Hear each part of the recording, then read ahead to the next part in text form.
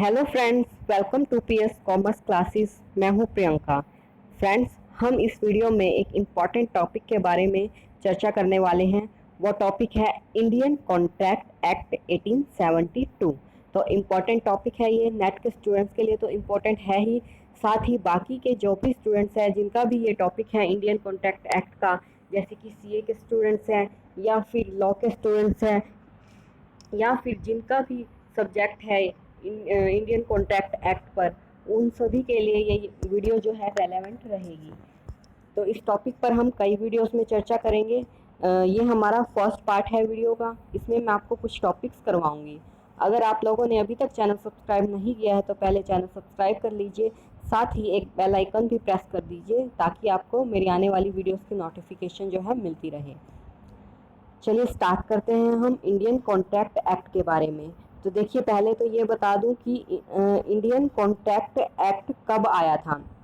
तो टॉपिक शुरू करने से पहले एक और इम्पोर्टेंट चीज़, आप पहले ही नोटबुक और पेन लेकर बैठिएगा। इम्पोर्टेंट पॉइंट्स जो है नोट करते रहिएगा, नोट्स बनाइएगा, उससे आपको रिवीजन के टाइम आसानी होगी। ठीक है, तो इंडियन कॉन्ट्रैक्ट एक्ट जो है वो कब आया था, पहले तो ये नोट कर लीजिए। तो ये लागू हुआ था 1 सितंबर 1872 को। ठीक है, तो 1 सितंबर को आया था 1872, तो याद ही रख सकते हैं, इसी से नाम से ही इंडियन कॉन्ट्रैक्ट एक्ट 1872 है। 1872 क्यों है? क्योंकि ये 1872 को आया था। अब जब हम इंडियन कॉन्ट्रैक्ट एक्ट की बात करते हैं तो पहले कुछ और भी थे जो इसमें मर्ज थे ला, जैसे कि पार्टनरशिप एक्ट था या सेल्स ऑफ गुड्स एक्ट था। उनको बाद में अलग कर दिया गया, इनसे उनके अलग से एक्ट जो है बना दिए गए, लेकिन पहले वो इंडियन कॉन्ट्रैक्ट एक्ट का ही पार्ट होते थे। तो इंडियन कॉन्ट्रैक्ट एक्ट में कुछ टर्म्स आती हैं जो कि हम कई बार सुनते हैं, जैसे कि फर्स्ट है एग्रीमेंट, कि एग्रीमेंट क्या होता है, और सेकंड है कॉन्ट्रैक्ट। कॉन्ट्रैक्ट क्या है? क्या एग्रीमेंट और कॉन्ट्रैक्ट दोनों सेम चीज़ें हैं या फिर इन दोनों में कोई डिफरेंस है? तो देखिए, इंडियन कॉन्ट्रैक्ट एक्ट में जो हम पढ़ते हैं तो इन दोनों चीज़ों में कुछ डिफरेंस होता है। एग्रीमेंट अलग चीज़ है और कॉन्ट्रैक्ट अलग चीज़ होती है। हर एग्रीमेंट जो होता है वो कॉन्ट्रैक्ट नहीं होता है, ये चीज़ याद रखनी है। हर एग्रीमेंट कॉन्ट्रैक्ट नहीं होता है, लेकिन हर कॉन्ट्रैक्ट जो होता है वो एग्रीमेंट होता है। क्यों? क्योंकि एग्रीमेंट में कुछ और चीज़ें जुड़ती हैं, तब जाकर ये कॉन्ट्रैक्ट बनता है। एग्रीमेंट प्लस में कुछ और चीज़ें, कुछ और एसेंशियल एलिमेंट्स होते हैं, कुछ एलिमेंट्स और ऐड इसमें किए जाते हैं, तब जाकर ये कॉन्ट्रैक्ट बनता है। ठीक है, तो हम यही पढ़ेंगे। सबसे पहले हम लॉ के अकॉर्डिंग जो डेफिनेशन है एग्रीमेंट की वो देख लेते हैं, फिर मैं आपको सिंपल लैंग्वेज में एग्रीमेंट के बारे में समझाऊंगी। तो एग्रीमेंट जो है वो इस एक्ट में, इंडियन कॉन्ट्रैक्ट एक्ट में दिया गया है सेक्शन 2 सबसेक्शन ई में। सेक्शन हमें ज़रूर याद रखने हैं क्योंकि कम्पिटिटिव एग्जाम्स में सेक्शन जो है आ जाते हैं। तो सेक्शन 2 सबसेक्शन ई है एक्ट का, जो डिफाइन करता है एग्रीमेंट को कि every promise and every set of promises forming the consideration for each other. कोई भी प्रॉमिस है, एक से ज़्यादा प्रॉमिस भी हो सकता है, प्रॉमिसेस हो सकते हैं, वो प्रॉमिस है जिसके लिए कि कंसिडरेशन दिया जा रहा है एक दूसरे को। दो पार्टीज हैं, कोई भी एग्रीमेंट होगा, कॉन्ट्रैक्ट होगा, ऑब्वियसली दो पार्टीज में होगा, अकेला पर्सन खुद से तो करेगा नहीं कॉन्ट्रैक्ट या एग्रीमेंट। ठीक है, तो जब भी दो पार्टीज हैं, ये दोनों एक दूसरे को कुछ ना कुछ कंसिडरेशन दे रही हैं, बदले में कंसिडरेशन दे रही है, कंसिडरेशन ले रही है, या कोई चीज़ दे रही है उसके बदले में कुछ कंसिडरेशन लिया जा रहा है। ठीक है, तो कुछ ना कुछ कंसिडरेशन मिल रहा है दोनों पार्टीज को किसी प्रॉमिस के बदले में, तो वो एग्रीमेंट हो जाता है। ये तो लॉ कहता है। अब हम सिंपल टर्म्स में समझ लेते हैं एग्रीमेंट क्या होता है।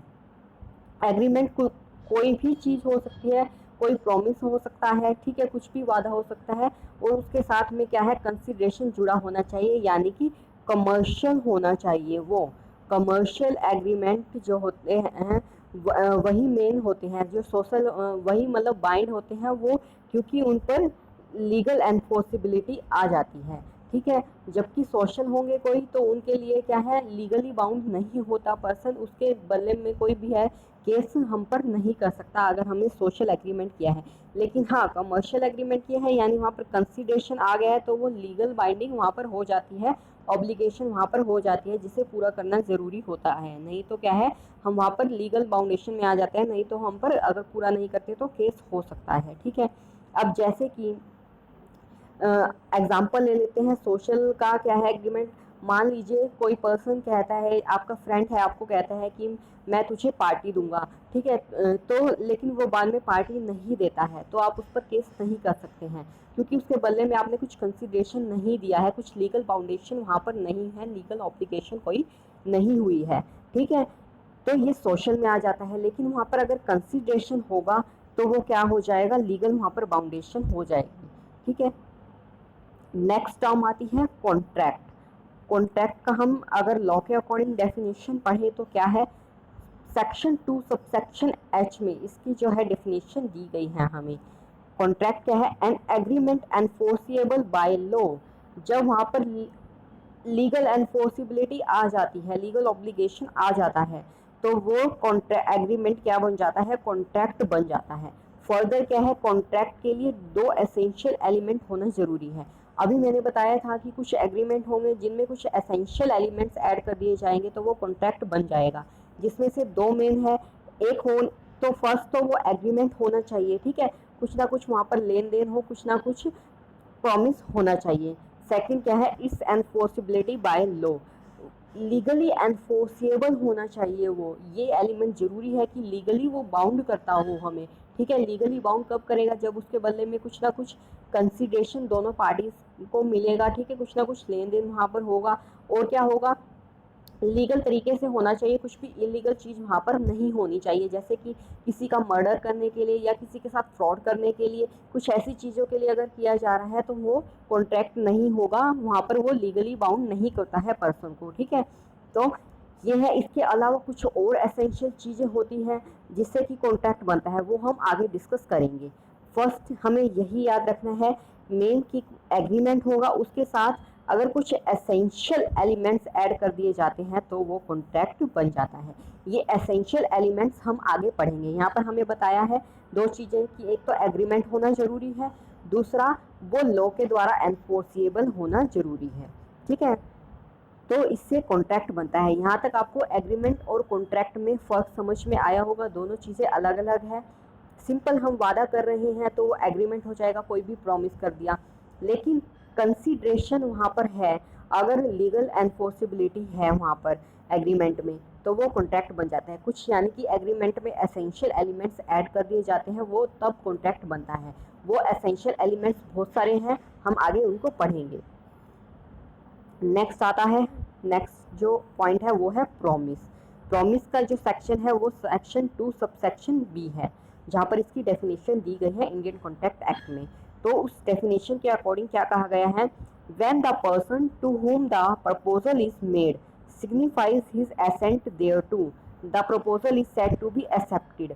जब कोई पर्सन क्या है, किसी को प्रपोजल दे रहा है और उस प्रपोजल के बदले में उस दूसरे पर्सन की एक्सेप्टेंस मिल रही है तो वो एक्सेप्ट कर लिया जाता है प्रपोजल, और जब प्रपोजल एक्सेप्ट हो जाता है तो वो प्रॉमिस बन जाता है। अभी हमने एग्रीमेंट में पढ़ा था कि एग्रीमेंट के लिए प्रॉमिस होना चाहिए, तो वो प्रॉमिस क्या है, जब हमें कोई पर्सन ऑफर दे रहा है और हम उस पर अपनी एक्सेप्टेंस दे रहे हैं, ऑफर दिया किसी ने, वो हमने एक्सेप्ट कर लिया, तब वो क्या हो जाएगा, प्रॉमिस हो जाएगा। ठीक है, तो 2 चीज़ें इसके लिए होनी चाहिए, फर्स्ट तो ऑफर होना चाहिए और दूसरा उस पर एक्सेप्टेंस होनी चाहिए। मैं आपको कोई ऑफर दे रही हूँ कि क्या आप ये मेरी बाइक खरीदना चाहते हैं इतने रुपए में, इतने प्राइस में, सपोज 50,000 में ये खरीदना चाहते हैं, उस पर आपने एक्सेप्टेंस दे दी, हाँ मैं ये बाइक खरीद लूँगा आपसे 50,000 में, तो ये प्रॉमिस हो गया। ठीक है, क्योंकि यहाँ पर मैंने आपको ऑफर दिया, आपने एक्सेप्ट उसे कर लिया। ठीक है, तो यहाँ तक तीनों चीज़ें समझ में आई होंगी, एग्रीमेंट क्या है, कॉन्ट्रैक्ट क्या है और प्रॉमिस क्या है। अब कुछ और पॉइंट्स निकल कर आते हैं डेफिनेशन से, वो देख लेते हैं। When the person to whom the proposal is made, एक पर्सन है जिसे प्रपोजल दिया गया है, मैंने आपको प्रपोजल दिया है, signifies his assent on that proposal which is made to him। मैंने आपको प्रपोजल दिया, आप उस पर एक्सेप्टेंस दे रही हो, तब वो प्रपोजल एक्सेप्टेड हो जाता है और तब वो प्रॉमिस बन जाता है। ये अभी हमने डेफिनेशन में पढ़ा, वही पॉइंट्स है उससे कि फर्स्ट क्या होना चाहिए, प्रपोजल होना चाहिए, या फिर इसे ऑफर भी बोलते हैं, ऑफर होना चाहिए। सेकंड क्या है, उस पर एक्सेप्टेंस होनी चाहिए, और जब एक्सेप्टेड हो जाएगा तो वो प्रॉमिस बन जाता है। फिर यहाँ पर रखा है कि एग्रीमेंट क्या होता है। यही एग्रीमेंट है जब ऑफर दिया गया और उसे एक्सेप्ट कर लिया गया, ठीक है। फिर एनफोर्सेबल बाय लॉ, अगर एनफोर्सेबिलिटी हो जाती है, an agreement to become a contract must give rights to a legal obligation which means a duly enforceable by law. अभी हमने ऊपर डिस्कस किया था कि कॉन्ट्रैक्ट कब होगा, जब एग्रीमेंट में कुछ एसेंशियल चीज़ें ऐड हो जाएंगी, जैसे कि एनफोर्सेबिलिटी ऐड हो जाएगी। एनफोर्सेबल बाय लॉ है तो वो कॉन्ट्रैक्ट बन जाता है। तो कॉन्ट्रैक्ट को क्या कह सकते हैं हम, एक्सेप्टेड है प्रपोजल या फिर एग्रीमेंट है वहाँ पर, ठीक है, और क्या है, एनफोर्सेबल बाय लॉ है वो, तो कॉन्ट्रैक्ट बन जाता है। ये एग्जाम्पल है, देख लेते हैं। एक पर्सन है A agrees with B to sell car for 5 lakh to B. A अपनी कार क्या है, 5 लाख में बी को देने के लिए तैयार है। Here A is under an obligation to give car to B and B has the right to receive the car on payment of 5 lakh. अब दोनों के बीच में प्रॉमिस हो गया, ए देना चाह रहा है और बी लेना चाह रहा है, तो एक दूसरे की ऑब्लिगेशन हो जाती है। ए की ऑब्लिगेशन होगी कि उसे वो कार देनी होगी बी को और 5 लाख वो रिसीव करेगा, और बी की ऑब्लिगेशन क्या होगी, बी को 5 लाख देने होंगे और कार वो रिसीव करेगा, ठीक है। देन हम डिफरेंस देखते हैं एग्रीमेंट और कॉन्ट्रैक्ट में। इसको दोनों में डिफरेंस से आपको और अच्छे से समझ में आ जाएगा। यहाँ पर देखिए, agreement versus contract. Every promise, agreement क्या है, every promise and every set of promises forming the consideration for each other. कोई भी प्रॉमिस है, अभी हमने डेफिनेशन में पढ़ा, प्रॉमिस है उसके बदले में कंसिडरेशन अगर है तो वो एग्रीमेंट हो जाता है। और कॉन्ट्रैक्ट क्या होगा, एग्रीमेंट एनफोर्सिएबल बाय लॉ। कोई भी एग्रीमेंट है यानी कि कोई ऐसा प्रॉमिस जिसके बदले में कंसिडरेशन है और साथ में वो लॉ द्वारा एनफोर्सिएबल भी है, यानी कि जो सभी एसेंशियल एलिमेंट्स है वो सभी कंप्लीट कर रहा है, तो वो कॉन्ट्रैक्ट बन जाता है। तो ये होगा कॉन्ट्रैक्ट। नेक्स्ट एग्रीमेंट क्या होता है, ऑफर प्लस एक्सेप्टेंस। ऑफर दी किसी को और उसने एक्सेप्ट कर लिया, ठीक है, तो वो क्या हुआ, एग्रीमेंट। और कॉन्ट्रैक्ट क्या होगा, agreement plus legal enforceability. Agreement में अगर लीगल एनफोर्सिबिलिटी भी ऐड कर दी तो वो कॉन्ट्रैक्ट हो जाएगा। नेक्स्ट है एग्रीमेंट क्या है, it's a wider term including both legal and social agreements. इसमें दोनों ही चीज़ें आ जाती हैं, लीगल एग्रीमेंट भी आ जाते हैं और सोशल एग्रीमेंट भी आ जाते हैं। अभी मैंने जब एग्रीमेंट के बारे में आपको शुरू में बताया तो मैंने आपको बताया था कि सोशल एग्रीमेंट भी हो सकते हैं, कमर्शियल एग्रीमेंट भी हो सकते हैं, ठीक है। सारे के सारे एग्रीमेंट जो है कॉन्ट्रैक्ट नहीं होते हैं। कौन से एग्रीमेंट कॉन्ट्रैक्ट होते हैं, जिनमें लीगल एनफोर्सिबिलिटी आ जाती है, ठीक है। जो सोशल एग्रीमेंट होते हैं वो लीगली बाउंड नहीं करते हैं, तो उनके बदले वो पूरा करना जरूरी नहीं होता है। सोशल कौन से होते हैं, इनका एग्जांपल मैंने बताया था, जैसे कि फ्रेंड आपका बोल रहा है कि पार्टी दूंगा, उसका बर्थडे था या लगा लीजिए, बोल रहा है बर्थडे की पार्टी ऑर्गेनाइज करूंगा मैं आपके लिए, लेकिन उसने बाद में वो पार्टी ऑर्गेनाइज आपके लिए नहीं की, तो वहाँ पर वो लीगली बाउंड नहीं है, क्योंकि लीगल एनफोर्सिबिलिटी वहाँ पर नहीं होती है। सोशल एग्रीमेंट है ये, पूरा ना भी करे तो आप उस पर केस नहीं कर सकते, आप उसको बाउंड नहीं कर सकते पार्टी देने के लिए, ठीक है। तो ये सोशल में आ जाता है। तो दोनों तरीके से हो सकते हैं एग्रीमेंट, सोशल भी हो सकते हैं, लीगल भी हो सकते हैं, कमर्शियल टाइप भी हो सकते हैं। और कॉन्ट्रैक्ट में क्या होता है, it is used in a narrow sense with the specification that contract is only legal enforceable agreement. जो लीगली बाउंड होते हैं, लीगल एनफोर्सिबिलिटी जिनमें होती है, वही कॉन्ट्रैक्ट होते हैं। अब मैंने बोल दिया कि मैं आप मुझसे कोचिंग ले लो, इतने मेरी कोचिंग की प्राइस है, ठीक है, आपने एक्सेप्ट कर लिया कि हाँ हम आपसे इतना पे कर रहे हैं, हम आपसे कोचिंग क्लासेस हम लेंगे। अब वहाँ पर क्या होगा, आपने मुझे कंसिडरेशन दे दिया बदले में, तो वहाँ पर मैं लीगली बाउंड हो जाती हूँ आपको वो कोचिंग क्लासेस प्रोवाइड करने के लिए, ठीक है। तो ये क्या हो जाएगा, ये सोशल एग्रीमेंट नहीं होगा बल्कि ये लीगली बाउंड हो जाता है। लेकिन वही क्या है, मैं आपको फ्री में अगर क्लासेस प्रोवाइड कर रही हूँ, जैसे अभी प्रोवाइड कर रही हूँ क्लासेस में आपको, बदले में मैं आपसे कुछ कंसिडरेशन नहीं ले रही हूँ, तो मेरी मर्जी है मैं कितनी भी क्लासेस आपको प्रोवाइड करूँ या प्रोवाइड करूँ भी या ना करूँ, ठीक है। मैं लीगली बाउंड नहीं हूँ क्योंकि मुझे कंसिडरेशन आपसे नहीं मिला है।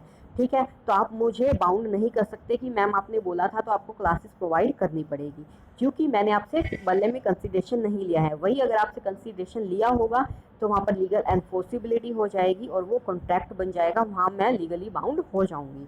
ठीक है। नेक्स्ट पॉइंट आता है, it may not create legal obligation and agreement does not always grant rights to the parties. Agreement क्या होगा, लीगल ऑब्लिगेशन क्रिएट नहीं करता है, तो इसमें क्या है, ये पार्टीज को राइट नहीं देता है हमेशा। लेकिन कॉन्ट्रैक्ट में क्या होता है, necessarily create a legal obligation. Contract हमेशा लीगल ऑब्लिगेशन क्रिएट करता है। एक contract always grant certain rights to every party, और दोनों पार्टीज को ही जो भी कॉन्ट्रैक्ट कर रही हैं कुछ ना कुछ राइट ये प्रोवाइड करता है। जैसे हमने पिछले एग्जांपल में पढ़ा, ए और बी के बीच में कॉन्ट्रैक्ट हो रहा था, ए अपनी कार सेल कर रहा है 5 लाख में बी को, तो दोनों के कुछ ना कुछ राइट थे। ए का राइट था कि वो कार देगा बी को और बी से रुपए रिसीव करेगा, और बी का राइट था कि वो ए को रुपए देगा और उससे कार रिसीव करेगा। ठीक है। नेक्स्ट आता है, एग्रीमेंट क्या है, all agreement are not contracts. सभी के सभी एग्रीमेंट जो होते हैं वो कॉन्ट्रैक्ट नहीं होते हैं। ये चीज़ मैंने आपको शुरू में भी बताई थी कि सभी एग्रीमेंट कॉन्ट्रैक्ट नहीं होते हैं। फॉर एग्जांपल, सोशल जो एग्रीमेंट होंगे वो कॉन्ट्रैक्ट में नहीं आएंगे। जो लीगल होते हैं सिर्फ वही कॉन्ट्रैक्ट में आते हैं, जिनमें लीगल एनफोर्सिबिलिटी ऐड हो जाती है वही कॉन्ट्रैक्ट में आते हैं। और दूसरी तरफ क्या है, ऑल कॉन्ट्रैक्ट्स आर एग्रीमेंट। सभी के सभी कॉन्ट्रैक्ट क्या है, एग्रीमेंट होते हैं, क्योंकि कॉन्ट्रैक्ट बनने के लिए दो ही चीज़ें ज़रूरी है, एक तो एग्रीमेंट होना चाहिए, दूसरा उसमें लीगल एनफोर्सिबिलिटी होनी चाहिए। ठीक है। तो जो भी कॉन्ट्रैक्ट होंगे वो ऑब्वियसली एग्रीमेंट तो होंगे ही, क्योंकि फर्स्ट एसेंशियल ही इसका यही है कि एग्रीमेंट होना ज़रूरी है, तभी वो कॉन्ट्रैक्ट होगा। ठीक है। आई होप यहाँ पे आपको समझ में आए होंगे दोनों में डिफरेंस, दोनों जो है एग्रीमेंट और कॉन्ट्रैक्ट दोनों में डिफरेंस क्लियर हुआ होगा। दोनों चीज़ें एक नहीं है इंडियन कॉन्ट्रैक्ट के अकॉर्डिंग, उनमें ये थोड़ा बहुत डिफरेंस है। तो यहाँ पर हमारा टॉपिक ये कंप्लीट होता है एग्रीमेंट और कॉन्ट्रैक्ट का। बाकी के टॉपिक्स मैं आपके लिए जो है इंडियन कॉन्ट्रैक्ट एक्ट के नेक्स्ट वीडियो में लेकर आऊँगी। एक बार फिर से देखते हैं, एग्रीमेंट क्या है, कोई प्रॉमिस जिसके बदले में कंसिडरेशन मिला। और कॉन्ट्रैक्ट क्या है, कॉन्ट्रैक्ट में दो एसेंशियल एलिमेंट होने जरूरी है, एक तो एग्रीमेंट होना चाहिए, दूसरा लीगल एनफोर्सिबिलिटी होनी चाहिए, यानी कि वो लॉ द्वारा एनफोर्सेबल होना चाहिए। फर्दर क्या है, मैंने आपको बताया कि एग्रीमेंट होता है, एक एग्रीमेंट है, उसमें कुछ एसेंशियल एलिमेंट्स अगर ऐड होंगे तो वो कॉन्ट्रैक्ट बनेगा। ये एसेंशियल एलिमेंट्स कौन कौन से होंगे ये हम नेक्स्ट वीडियो में डिस्कस करेंगे। इससे काफ़ी से टॉपिक्स आपको क्लियर हो जाएंगे। ठीक है। तो नेक्स्ट वीडियो ज़रूर देखिएगा, वो मैं आपको जल्द ही प्रोवाइड करूँगी। इस वीडियो के लिए इतना ही। आई होप आपको अच्छे से समझ में आई होगी ये वीडियो, दोनों में डिफरेंस अच्छे से क्लियर हो गया होगा। फिर भी कोई टॉपिक आपको समझ में नहीं आया हो तो आप मुझसे कमेंट के ज़रिए पूछ सकते हैं। और अगर आपको वीडियो अच्छी लगी हो तो लाइक कीजिए, कमेंट करके मुझे बताइए, ताकि मुझे भी मोटिवेशन मिले और मैं और अच्छी वीडियोस आपके लिए लाती रहूँ। और ज़्यादा से ज़्यादा इस वीडियो को शेयर कीजिए ताकि सभी लोगों को इसका बेनिफिट मिल सके। Thank you so much.